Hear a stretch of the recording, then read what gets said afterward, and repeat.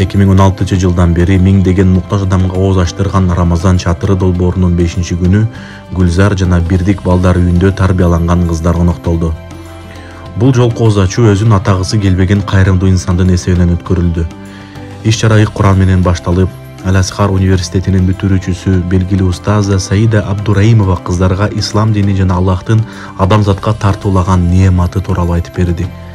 Рамазан чатыры долбоорунун белгилүү алып баруучу Айзада Жамгырчиева колдоп, иш-чаранын жогорку деңгээлде алып барды. Ал эми маданияттын мыкты кызматкери, коомдук ишмер Гүлнур Асанова кыздарга жакшы кылоо тилектерин арнап өттү. Имам Саракси мечити белек кылган өзгөчө китептерге ээ болушту. Таланттуу сүрөтчү, каллиграф Гүлназ Алмазбекова мастер-класс өтүп, кызыккандарга үйрөтүү курсуна бекер жолдомо берди.